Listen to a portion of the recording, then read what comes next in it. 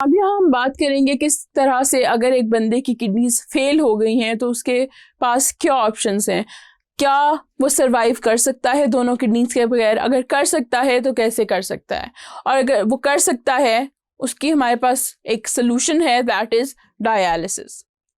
अब डायलिसिस जो है उसका मतलब ये है कि आर्टिफिशियली आपके ब्लड में से जो वेस्ट हैं उनको रिमूव कर लिया जाए।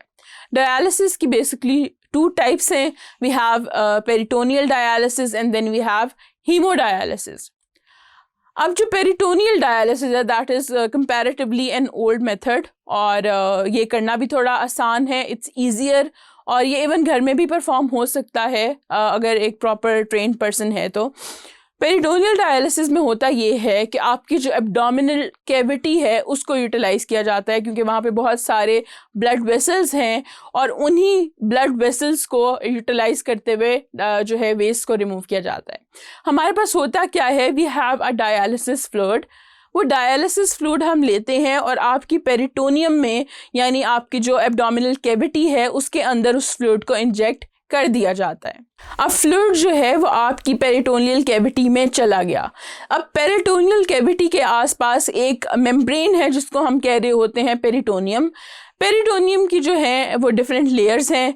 अब उस पेरिटोनियम को हम यूटिलाइज करते हैं इन अ वे एक सेमी परमिएबल मेम्ब्रेन के तौर पे।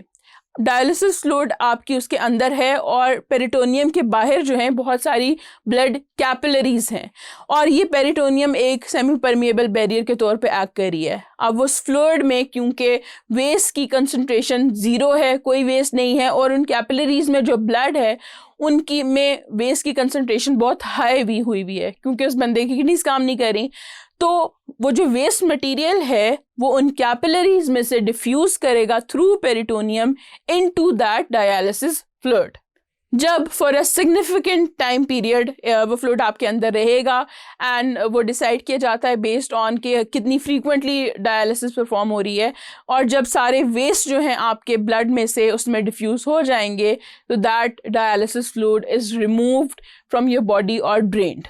तो इस तरह से आपके बॉडी के नेचुरल स्ट्रक्चर्स को ही एम्प्लॉय करते हुए एक डायलिसिस फ्लूइड की मदद से जो है आपकी बॉडी से वेस्ट रिमूव किए जा सकते हैं। अगला जो प्रोसेस है दैट इज़ हीमोडायलिसिस। हीमोडायलिसिस का ये मतलब है कि जो वेस्ट हैं वो आपके ब्लड में से रिमूव किए जा रहे हैं, यानी आपके ब्लड को फिल्टर किया जा रहा है। किस तरह से? एक आर्टिफिशियल डायलाइज़र की मदद से। डायलाइज़र क्या है? That is just acting like your kidney, कि उसमें ब्लड आएगा, वो फिल्टर करेगा, साफ ब्लड चला जाएगा। तो हीमोडायलिसिस में हम करते ये हैं कि आपके आर्म से हम ब्लड लेना शुरू करते हैं, वो एक रोलर पंप से गुजरता हुआ एक डायलाइज़र के पास जाता है। डायलाइज़र के अंदर क्या है?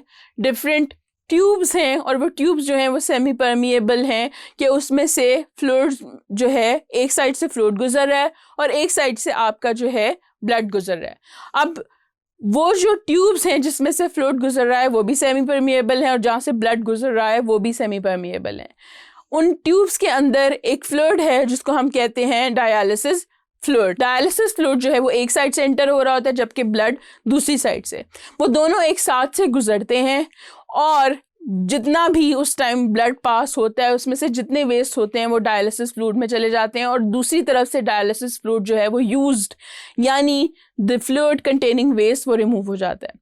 जबकि जो ब्लड है वो साफ ब्लड दूसरी साइड से वापस आता है और वो आपकी बॉडी में अंदर चला जाता है, और इस तरह से it takes a few hours to clean your entire blood. ये डायलिसिस जो है ये ज़्यादा इफ़ेक्टिव है, ये इसको लेस फ्रीक्वेंट है कि एक दिन काफ़ी दिन तक ये करके इस पर गुजारा किया जा सकता है। But again dialysis is a temporary solution. कोई भी इंसान पूरी ज़िंदगी जो है वो डायलिसिस पे गुजारा नहीं कर सकता। तो इसका क्या सोल्यूशन है? इसका भी हमारे पास एक सोल्यूशन है, और वो सोल्यूशन है ट्रांसप्लांट। अब ट्रांसप्लांट में होता ये है कि हम एक किडनी लेते हैं और उसको हम ट्रांसप्लांट कर देते हैं पेशेंट के अंदर, और जो डैमेज किडनी है वो रिप्लेस हो जाती है एक हेल्दी किडनी से। तो क्वेश्चन अराइजेस कि वो किडनी आती कहाँ से है? तो डोनर जो हैं वो डोनेट कर सकते हैं अपनी किडनी। डोनर जो है वो अलाइव भी हो सकता है और डिसीज्ड भी हो सकता है। अलाइव इसलिए कि मैंने आपको शुरू में लेक्चर के बताया था कि हम परफेक्टली केपेबल हैं कि हम एक किडनी पे ज़िंदा रह सकें और हमारी बॉडी जो है वो एक किडनी पे गुजारा कर सकती है। Obviously you have to take more care of your overall health, overall weight, overall आपकी एक्टिविटी और जो चीज़ें आप खा रहे हो, लेकिन अगर आप थोड़ी सी केयर करते हो तो it's perfectly fine if you have one functioning kidney. तो लाइव डोनर्स भी इसलिए अपनी एक किडनी डोनेट कर सकते हैं। और डिसीज़ तो ऑब्वियसली उसमें तो इशू ही नहीं है कि दोनों किडनीज़ भी डिसीज्ड पर्सन में से लेके 2 डिफरेंट लोगों को दी जा सकती हैं ताकि वो 2 डिफरेंट ज़िंदगियां बचाई जा सकें। किडनी ट्रांसप्लांट के लिए टिश्यू मैचिंग की जाती है कि कितने परसेंट किस हद तक इस पर्सन के टिश्यूज़ जो हैं वो मैच करते हैं। टिश्यू मैचिंग इसलिए की जाती है कि आपकी बॉडी में अगर एक किडनी जो है वो ट्रांसप्लांट हो गई है तो आपकी बॉडी उसको फॉरेन मटेरियल समझ के रिजेक्ट ना करे। उस रिजेक्शन से बचने के लिए टिश्यू मैचिंग की जाती है। जो आपका ब्लड टाइप मैच होना ज़रूरी है।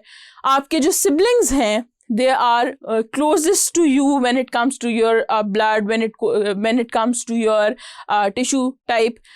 ये ज़रूरी नहीं है कि सिर्फ सिबलिंग्स ही डोनेट करें, आपकी फैमिली में से और लोग भी हो सकते हैं और इवन टोटली अननोन लोग भी हो सकते हैं जिनसे आपकी टिश्यू टाइप इस हद तक मैच हो सकती है कि आपको किडनी डोनेट कर सकें।